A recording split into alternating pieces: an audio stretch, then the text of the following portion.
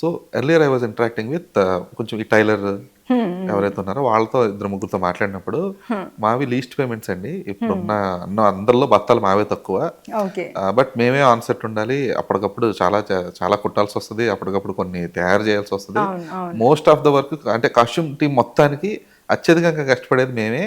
కానీ మాకే పేమెంట్ కానీ ఇవన్నీ తక్కువ, పైపెచ్చు మాకు ఎక్కడ కనీసం క్రెడిట్స్ కానీ ఎక్కడ ఏమి ఉండదు, నథింగ్ అట్ ఆల్ అని చెప్పేసి అంటే ఒక ఇద్దరు ముగ్గురు అట్లా చెప్పారనమాట దానికి. Okay, okay. సో అది ఎంతవరకు నిజం, అట్ ద సేమ్ టైం వీళ్ళకి ఎందుకని అంత లీస్ట్ శాలరీ పే చేయడానికి రీజన్? నేను 100% నేను చేసుకొని వెళ్తాను. లూజుల్ టైట్ అంటారా, ఒక్కొక్కసారి చెప్పలేము అది. సో ఒక్కొక్కసారి ఏమవుతుందంటే అప్పటికప్పుడు స్పాట్లో వచ్చేసి కాస్ట్యూమ్ చేంజ్ చేయాల్సి వస్తుంది, వేరేది కుట్టాల్సి వస్తుంది, బ్లౌజెస్ అవి కుట్టాల్సి వస్తుంది.